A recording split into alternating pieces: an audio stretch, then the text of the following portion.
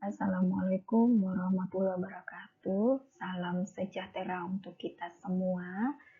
Selamat datang di pembelajaran berikutnya, yaitu kita akan membahas tentang peran dan fungsi konselor, karakteristik konselor yang efektif, serta masalah umum yang dihadapi oleh konselor. Peran dan fungsi konselor, di sini ada 3 fungsi. Pertama itu adalah sebagai penyaluran, yaitu memberikan bantuan kepada klien dalam memilih kemungkinan-kemungkinan kesempatan yang terdapat dalam lingkungan klien. Kemudian pengadaptasian ini memberikan bantuan kepada orang-orang yang berkaitan dengan klien, yaitu significant other, yaitu ini adalah klien atau orang-orang yang terdekat dengan klien. Yang ketiga ini adalah penyesuaian, memberikan bantuan kepada klien agar memperoleh penyesuaian dan kemajuan secara optimal dalam perkembangan pribadinya. Perilaku konselor yang pertama, konselor memahami klien.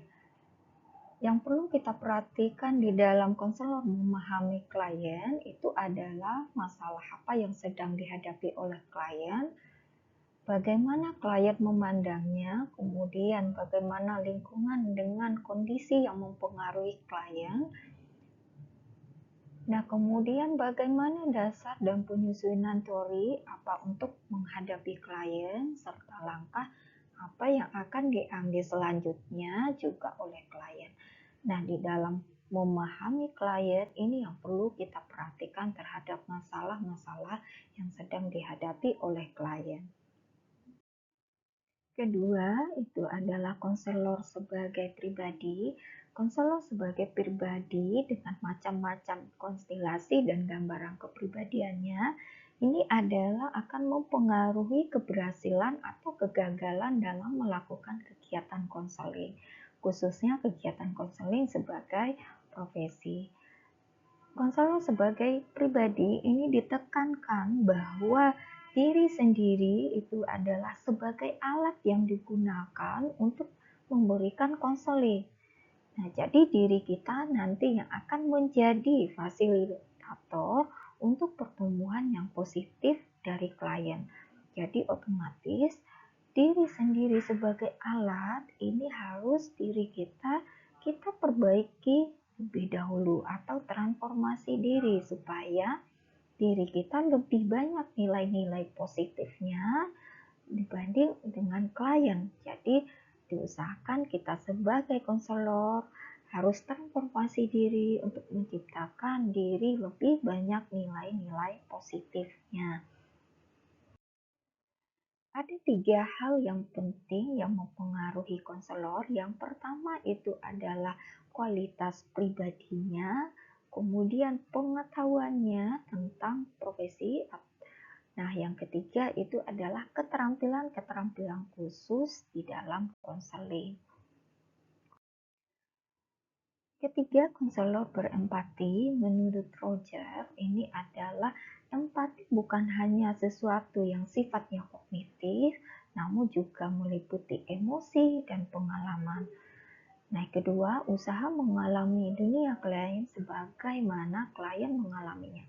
Jadi, kita harus memahami bagaimana kondisi klien itu sendiri, baik itu emosi, kemudian permasalahan-permasalahan yang dihadapi, itu kita juga ada rasa empati yang kita tunjukkan kepada klien yang datang kepada kita.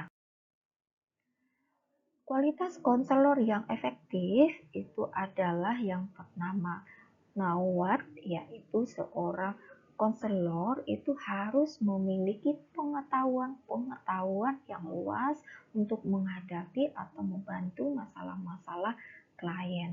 Yang kedua adalah know-how, ini adalah yang berhubungan dengan sikap-sikap konselor, tentu tidak menjadi teknikus manusia, melainkan orang yang menangani konseling secara manusiawi. Otomatis perilaku dan tingkah laku seorang konselor itu harus perbaiki atau harus lebih baik mendekati nilai-nilai norma-norma yang ada baik itu di budaya dan masyarakat kita. Kemudian know-how ini adalah yang ketiga, konselor itu harus memiliki keterampilan-keterampilan atau skill di dalam dirinya dalam menangani nanti masalah-masalah konseling di lapangan. Masalah-masalah yang dihadapi oleh konselor selama konseling ini biasanya yang pertama itu ada kebosanan ya, bosan mendengar cerita atau segala macam, kemudian hostilitas ya, kemudian kesenjangan emosional. Nah, yang terakhir ini kelekatan emosional, jangan sampai nanti antara konselor dan klien terjadi kelekatan emosional atau terjadinya hubungan yang spesial. Nah, ini sudah terjadi pelanggaran-pelanggaran kode etik ya. Jadi, kalau sudah terjadi kelekatan emosional atau ada rasa suka antara konselor dan klien, itu stop konseling dan kita berikan atau kita rujuk kepada konselor yang lainnya. Terima kasih telah mengikuti pembelajaran peran dan fungsi konselor. Wassalamualaikum warahmatullahi wabarakatuh.